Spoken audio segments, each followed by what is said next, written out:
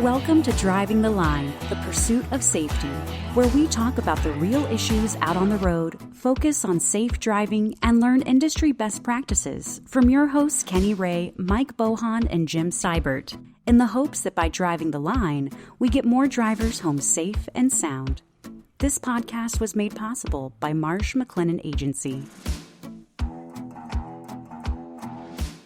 Welcome, everybody, to Driving the Line. We are your hosts, Mike, Kenny, and Jim, and I'm pretty confident speaking for the guys this morning when I say we're glad to be sharing a few minutes of your day with you.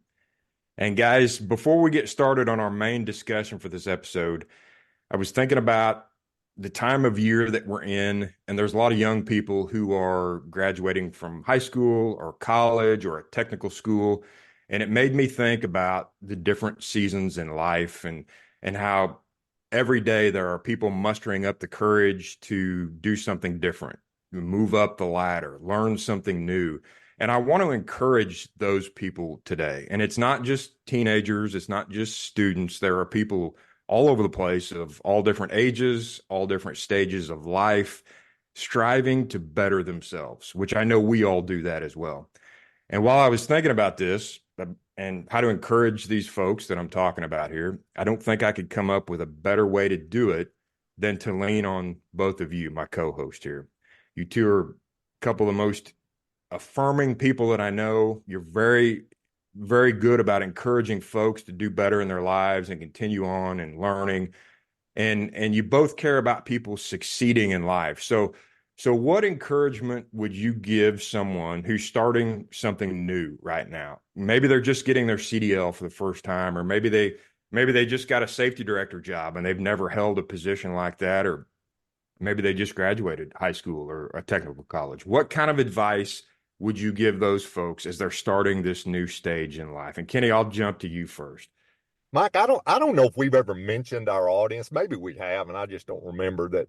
We don't script these podcasts. We just have the three of us get on here and we have a conversation. And so what a great question you just asked about what kind of advice do we give, a little nugget, a tidbit, if you will, for somebody that is thinking about the next chapter in their life, or they're even long-range planning where they want to be. And I think, and everybody knows I'm the old guy on this team, and I look back over my life and of all the technology changes and all that, how do you stay current? How do you stay fresh? How do you stay competent in your field? And I think there's a real danger that if people marry themselves too closely to current technology or current practices at the exclusion of all else, they run the risk of making themselves obsolete very, very quickly. So my advice would be commit to being a lifelong learner. Just be open-minded about learning new things, meeting new people, having new experiences, embracing the fact that our world changes on a daily basis, our industry changes on a daily basis. And as long as you recognize that and are willing to understand that that's the field that we play on, it's an ever-changing field.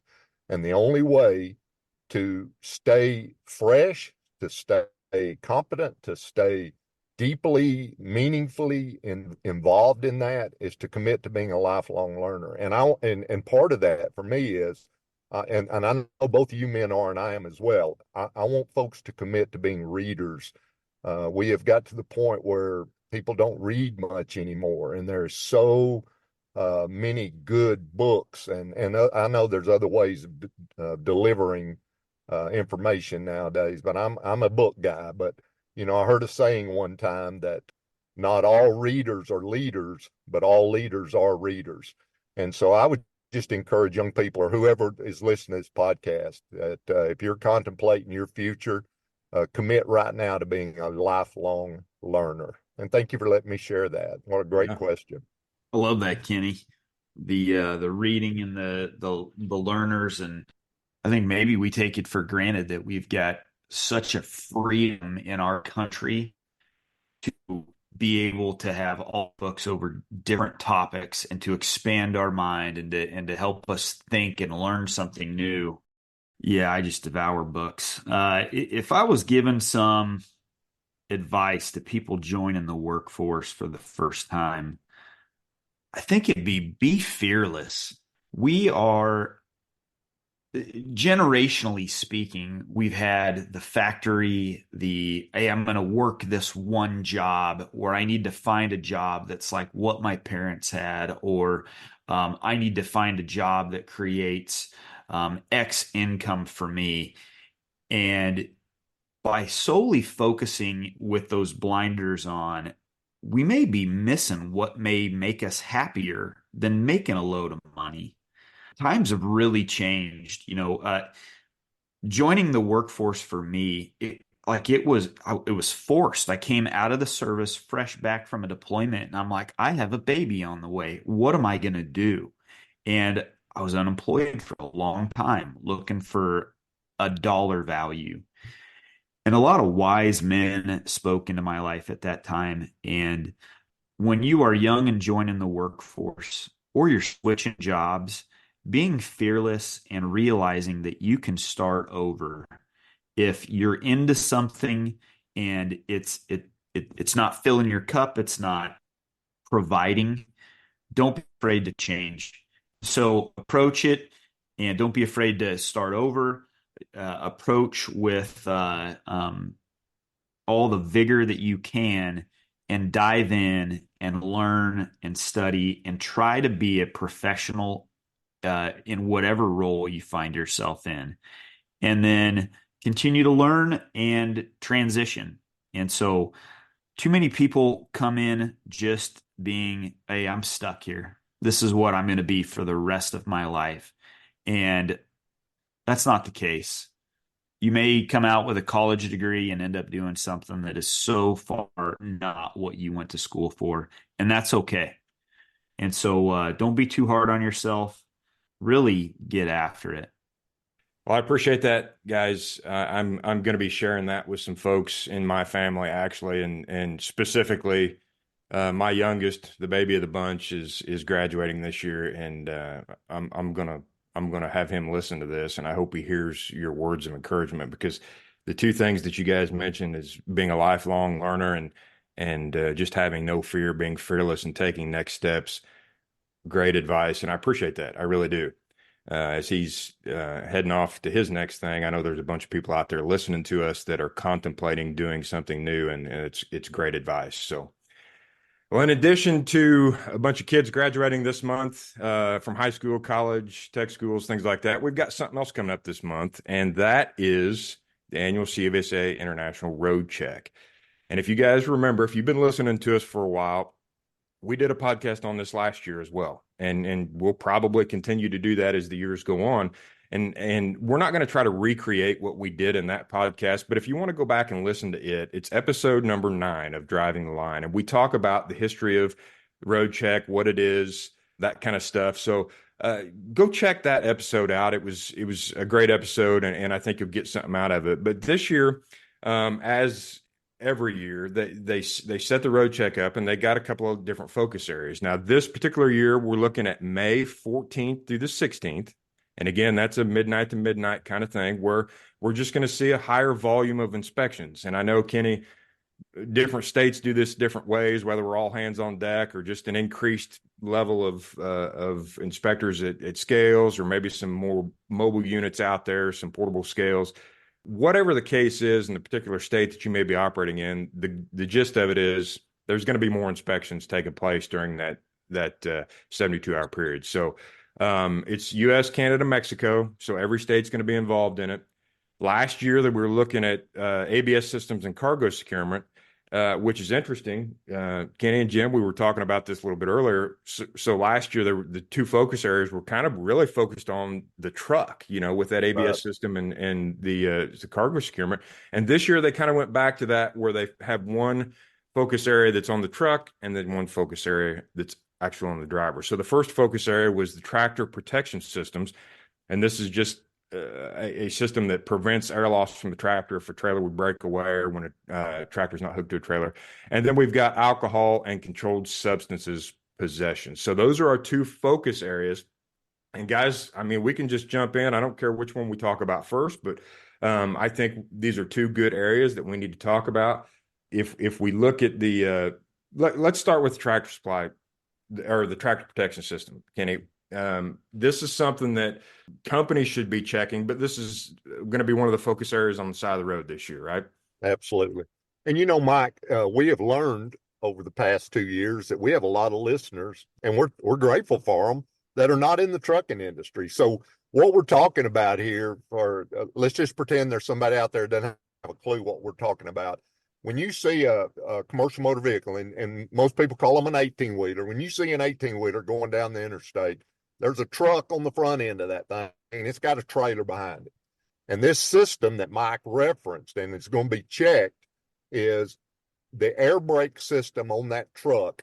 If that trailer were to come loose off of that truck and actually physically separate, there are a series of valves and devices on these modern trucks that what it will do is it will shut off the air supply coming from the truck or the tractor going to the trailer, so that the driver in the truck still has brakes for the truck.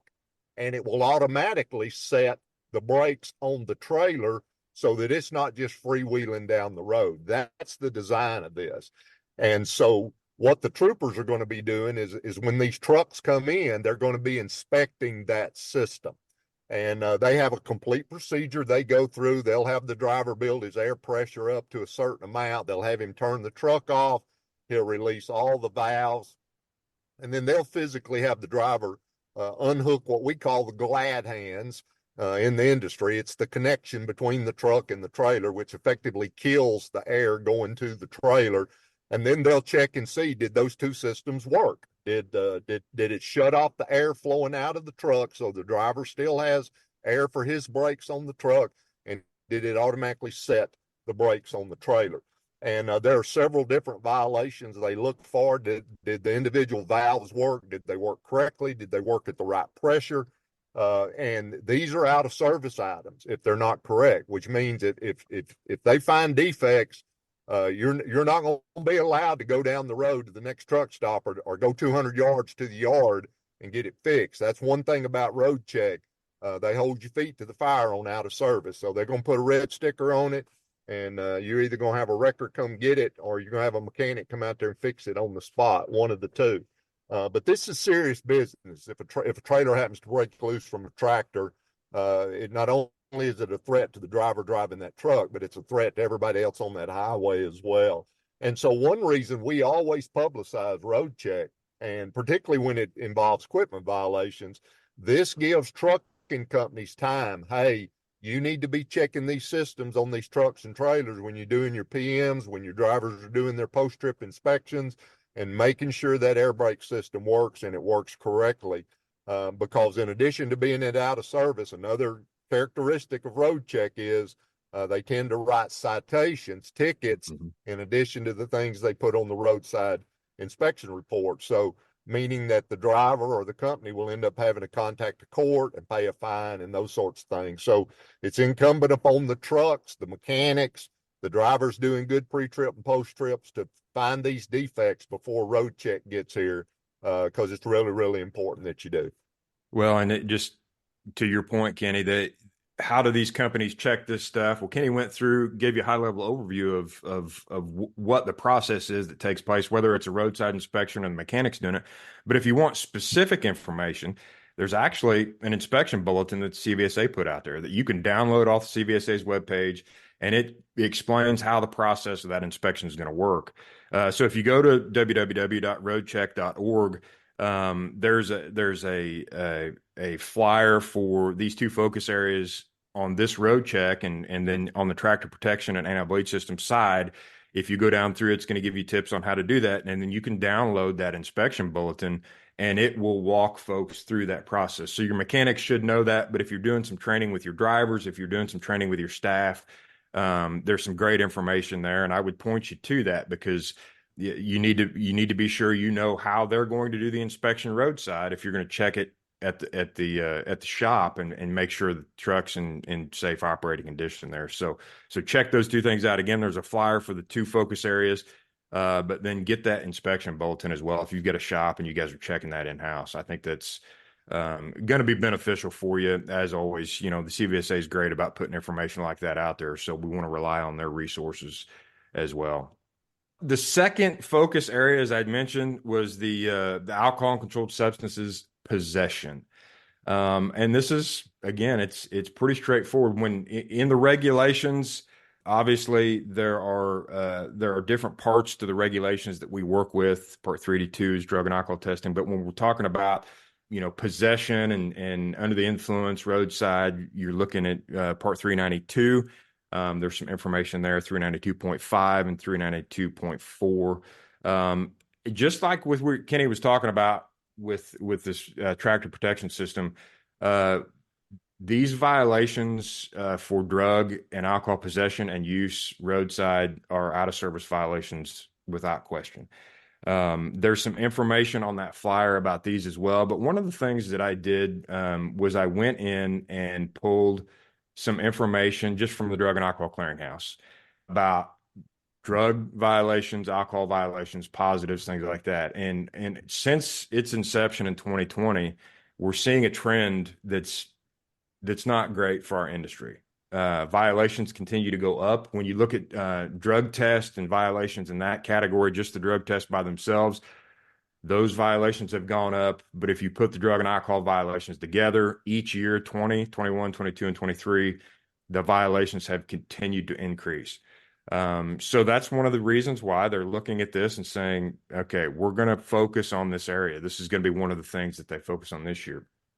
And it's extremely important that companies communicate with their drivers about this topic. It's not, we can't play ignorant if we're driving a truck and say, well, I just had, a 12-pack of beer in the sleeper because I was on my way home and I wasn't gonna partake, but it can't be in the truck, can't be in the cab. If it's not manifested as part of the load, you can't have it in there. And obviously under the influence is an issue that should be common sense for everybody, that we know we're not using any illegal drugs or any alcohol while we're driving a truck. But that's something that as companies, you have the responsibility to talk to your drivers about those issues. So Kenny, roadside, I know things have changed over the years, but how big of a problem do you see this is with our truck drivers out there on the road?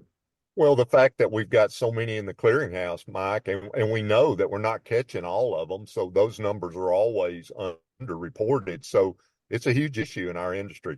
And one thing different about this particular violation we're talking about now, being an emphasis of Operation Roadcheck versus the tractor protection device, or really any equipment violation, is you don't have to be very far over the line in these types of violations to where it gets into criminal nature. And by that, I mean, and I'm just talking frankly now to truck drivers that are listening, the tractor protection device, let's say you've got air leaks, like crazy, and they put you out of service and they write an inspection report and even write a ticket for you to contact a judge somewhere.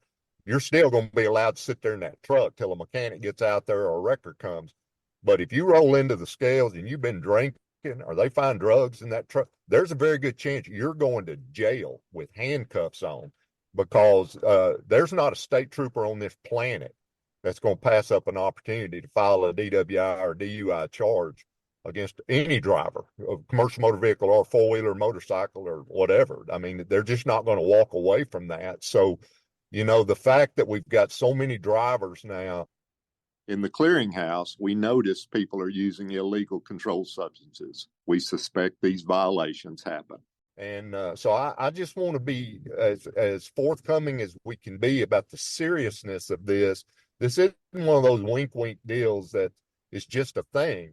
And one reason, and Mike, I love that you referenced last year's episode on the podcast where we did talk about the history of Operation Roadcheck. But one thing they do in picking their topics for future road checks is based on the number of violations they've had of that offense in the past. And so it tells you that they've seen a trend. I say CVSA has seen a trend when the data has been reported from previous Operation Roadchecks that drivers are getting caught with controlled substances or alcohol in the truck. And so this year they're making a focus on that. So It's a real issue. And I know we have a lot of trucking companies that listen to the podcast as well. And I know this isn't going to surprise you because you and I see it all the time, but it still surprises a lot of folks. We're coming up on year 4 now of the clearinghouse. It went into effect January 6th of 2020. So we're in year 4 of the clearinghouse. And I still come across motor carriers, not our clients, heaven forbid. If it's one of our clients, shame on me if that happens. But I still come across motor carriers, primarily small, what I'm going to call a mom and pop operation, 3 or 4 trucks, and maybe the husband drives himself and the wife keeps the books at the house. They will say, in all sincerity, what is the clearinghouse? They're not a member of their state trucking association. Yeah. They don't stay tuned in to industry news. And they have 4 or 5 truck drivers out there on the road that have never been queried, not once. And they need to know from January 6, 2020 till today, that driver's been operating in a prohibited status. They're basically illegal. And now all the troopers now have the ability roadside to run the query to see if the driver has been queried. And 2 things are going to happen there. Number one, that's an offense in and of itself. But second, if they find a motor carrier that is not running queries, you can guarantee they're going to get an audit. They are going to get a compliance review. So it's a double-edged sword for these motor carriers that are ignoring or don't have any knowledge of the clearinghouse. Yeah. And Kenny, I think a lot of this focus area probably stems from how many violations we see out there now, where they're stopping drivers that are prohibited in the clearinghouse. Those roadside guys are running those names, and they're coming up prohibited. And it goes back to those companies like you were talking about, that they didn't do the query. They didn't hold up their end of the deal back at the office, so they've got a guy out there running around that's prohibited, and those violations show up. And I think it's unfortunately a common thing to see those things sprinkled in a company's safety history. And so it's important, I guess to the point you're making, I'll make this point. If you're listening to us out there, if you're an owner of a company, a safety director, you're working in the office, and you're not running these queries, that's something that needs to start happening immediately. I mean, it's of utmost importance that, one, when you bring a new driver in, that you run that full pre-employment query, so you're getting the full history of that driver's drug and alcohol information, and then you're running your annual queries. And if you're logged in and into the clearinghouse and you're doing your queries like you're supposed to be, and you get a notification from the clearinghouse that there's an issue with a driver, follow up on that. They are making that program pretty robust, and they're making it to where they're trying to help motor carriers do the best they can to check up on drivers. So make sure that if you get any correspondence from them, an email that says, hey, this driver, their status has changed, go in and check that. Go in and investigate that a little bit, because as we go through and look at the number of positive test refusals, things like that are in the clearinghouse, it's pretty staggering. There's a bunch of them. And no doubt about it. Yeah. As I said before, they just continue to grow. And I would like to see those numbers start trending down. But so far, since the inception of the clearinghouse and the data that we've got there, that's just not the case. So, Mike, and I was thinking about the people who've been listening to the podcast a long time know you and I come straight out of the trucking industry, and Jim is our OSHA and ag guy. But we've made the comment in the past that so many of Jim's clients have trucks. They may be a local farm co-op, or they may be a feed lot, but they've got commercial motor vehicles as part of their operation. And when I think about Operation Roadcheck in relationship to the ag industry, there's a lot of those trucks on the ag side that also deal with hazmat, and they're going to have placards going down the road or whatever.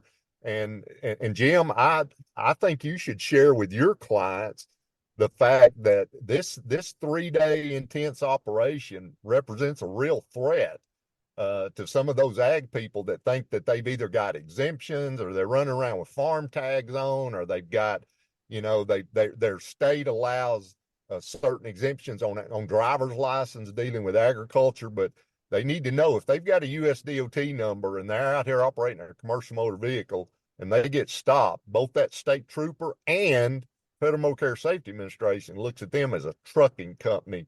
And so these very things we're talking about, some of these ag industries think of their trucking operation as almost a sideline or an afterthought. It's not, but it's emphasis programs like this that brings it to the forefront that, hey, you may think of yourself as a farm co-op, but the federal government thinks of you as a trucking company. And these rules are just as applicable to those guys as well. I appreciate you saying that. I think that sometimes some of my customers consider themselves, well, it's just a farming operation. This is just a side product, and we're only going 50 miles down the road, and 40 of them are gravel roads. So we're going to avoid this by staying gravel or dirt road. And I've had to share with them, you touch that highway, you get on the highway, you're susceptible to these rules. So yeah, I'll absolutely follow up with them. I know, Jim, you and I, over the last several months, we've worked with kind of jointly on a couple of companies that are your clients on the ag world. And, to their credit, I mean, they want to know what the regulations are. They want to be in compliance, that kind of thing. But as you stated, Kenny, that a lot of times those guys on the ag side, the trucking's secondary, the ag part of it's primary, but they're still wanting to do it right. And, it's a challenge for them to wade through these regulations to know, okay, what's right, what's wrong, that kind of thing. So kudos to you, Jim, because you're doing a great job in letting those companies know, yeah, this may not be your primary business here, but there's some regulations that apply and there's some things you need to know. And I know Jim does a great job with his clients on that for sure. Well, guys, those are the focus areas. We're talking about Roadcheck here. We're talking about the two main focus areas. And again, I think I said this on the last episode we did on the Roadcheck, and I'll just reiterate it a little bit. And I think all of our listeners know this, but just know when you get stopped during this 72-hour window and they're doing inspections on you, whether it's level 1 or level 2, they're not just looking at these two focus areas. They're going to look that truck over. They're going to do a full inspection, most likely level 1, especially if it's at a scale. If it's at a remote location, they may do level 2, but they're going to look everything over. So this is a great opportunity for you as drivers and you all as motor carriers to not only just look at these focus areas and make sure that we're talking to our drivers and we're talking to our maintenance staff about these two focus areas, but it's a good opportunity to just kind of tighten things up a little bit overall with that truck and really honestly do some training with your drivers.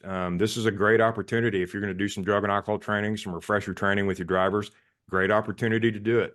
That should be happening on a regular basis. And I don't want to get too deep in the weeds on regulations and stuff like that. But if you're a safety director listening to us out there, when we're talking about this, and I keep focusing back on this drug and alcohol possession focus area, but I think it's really important because it's something that as Kenny walked through the things that can happen not only to the driver, but ultimately the end result that could be catastrophic is that driver's under the influence and they cause an accident that takes someone's life. That's what we want to guard against.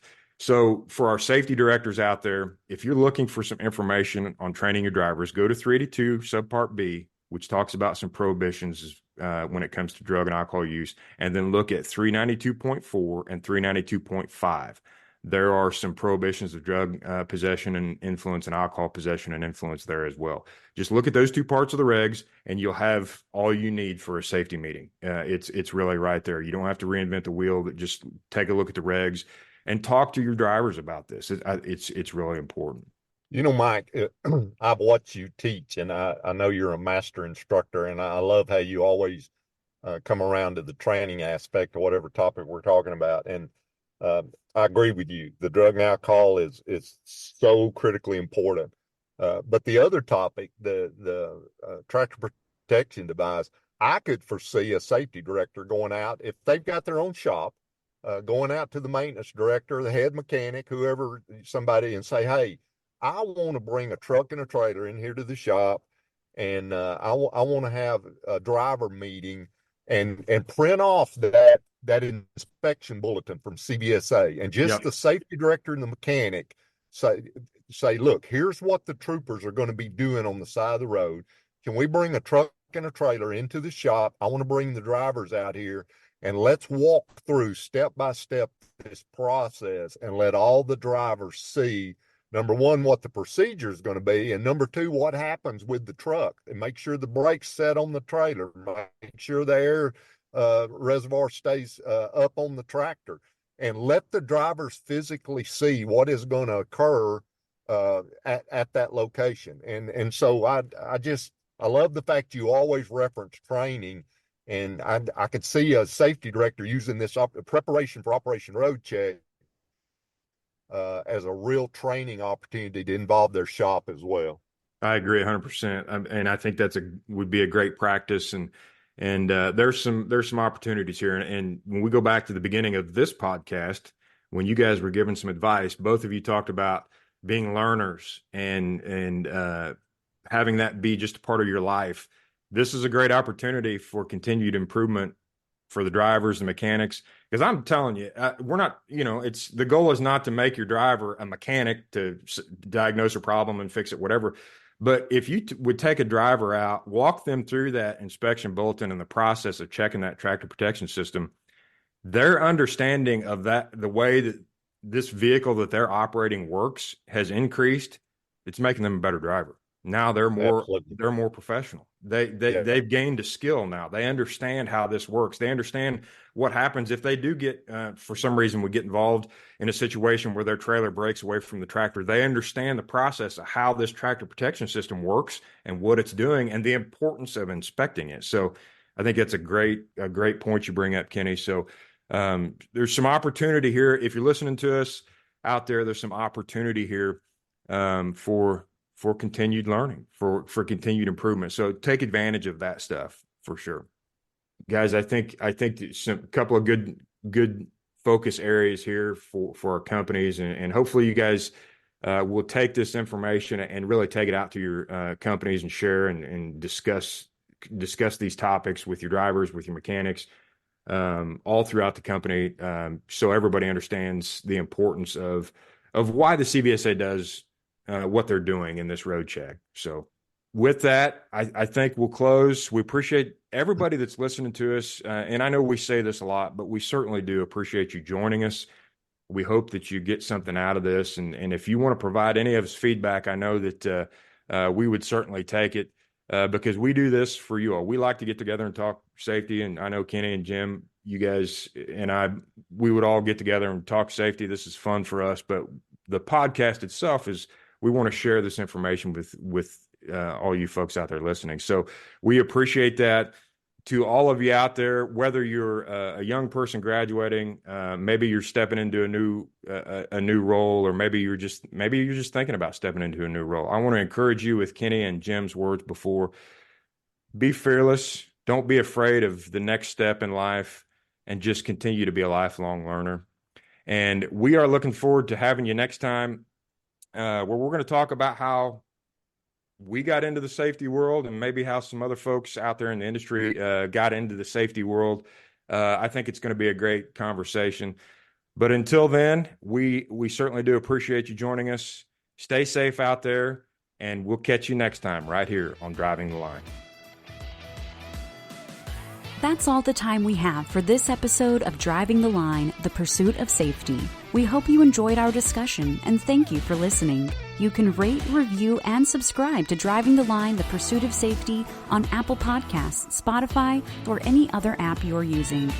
You can also follow Marsh McLennan Agency on LinkedIn, Twitter, and Facebook. Until next time, thanks again for listening. Drive safely, everyone.